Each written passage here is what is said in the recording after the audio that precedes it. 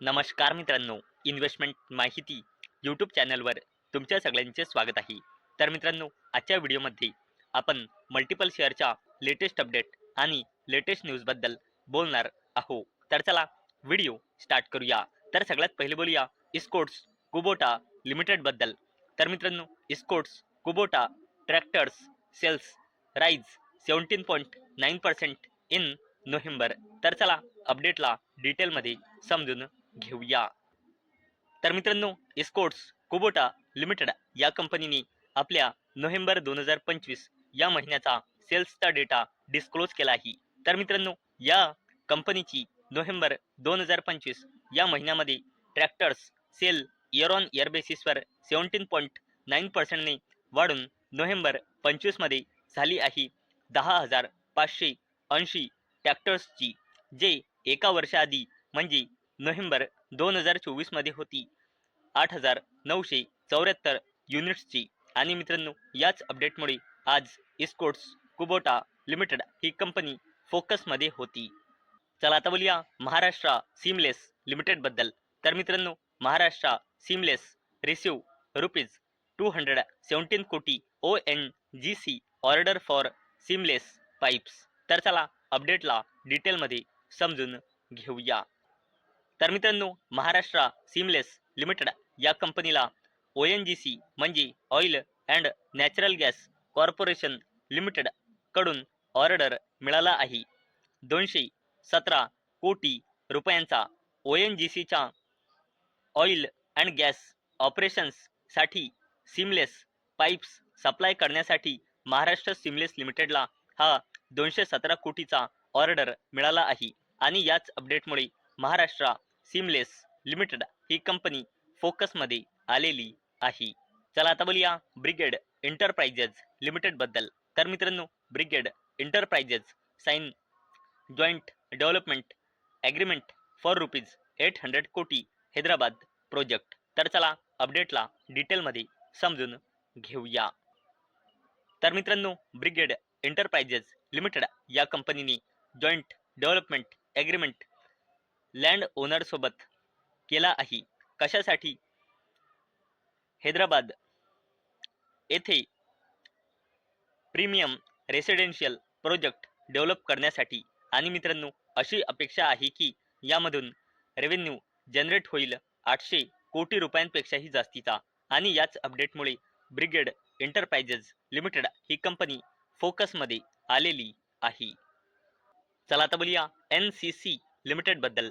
तर मित्रांनो, NCC share in focus after winning orders worth ₹2,792 कोटी वर्थ इन नोव्हेंबर.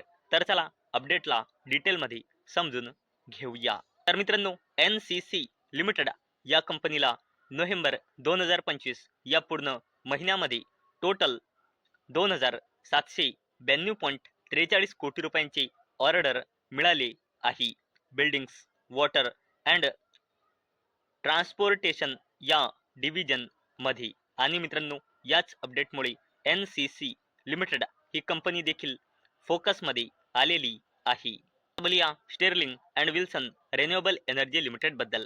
तर मित्रांनो, Sterling and Wilson share in focus after ₹1,381 कोटी order win from Adani Green Energy. तर चला अपडेटला डिटेलमध्ये समजून घेऊया. तर मित्रांनो, Sterling and Wilson Renewable Energy लिमिटेडला अडानी ग्रीन एनर्जी लिमिटेड या कंपनीकडून 1,381 कोटी रुपयाचा ऑर्डर मिळाला आहे. आणि मित्रांनो, जेव्हापासून नवीन फायनान्शियल इयर 2026 सुरू झाला आहे, तेव्हापासून आतापर्यंत Sterling and Wilson Renewable Energy Limited या कंपनीला 6,450 कोटी रुपयांपेक्षाही जास्तीचे ऑर्डर्स मिळाले आहे.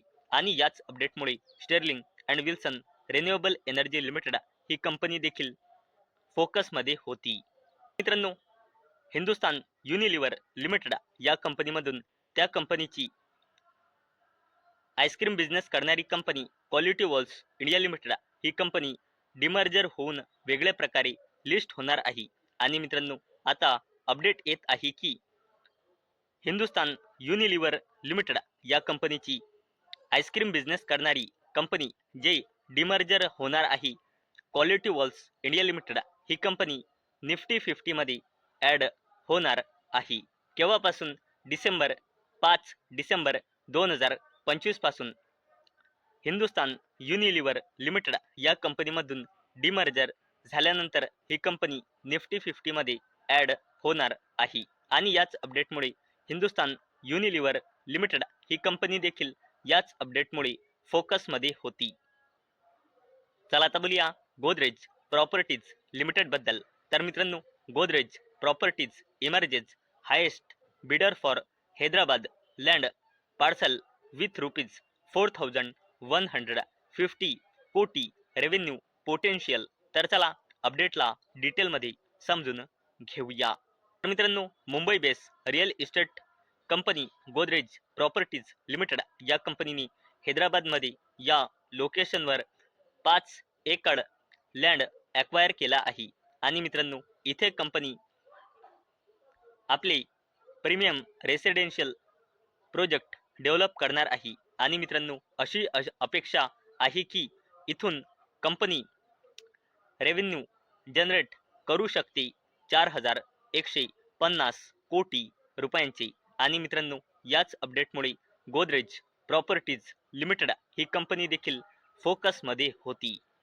चला आता बोलूया टाटा मोटर्स बद्दल. तर मित्रांनो, टाटा मोटर्सच्या CEO म्हणजे chief executive officer Shailesh Chandra यांनी म्हटले आहे की 2030 पर्यंत इलेक्ट्रिक व्हेकल आणि पेट्रोल डिझेलचे जे व्हेकल आहे ते सेम प्राइसवर येऊन जाईल.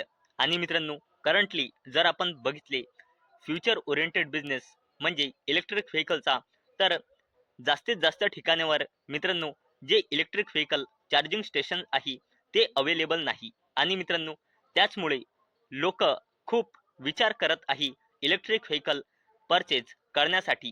आणि मित्रांनो, जर इलेक्ट्रिक व्हेकलची बिझनेस वाढवायचा असेल तर आपल्या इंडियामध्ये सर्वात जास्त गरज आहे इलेक्ट्रिक व्हेकल चार्जिंग स्टेशन्सची.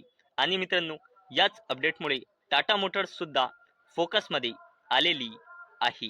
आता बोलूया अडानी ग्रुपच्या दिग्गज company Adani Green Energy Limited बद्दल.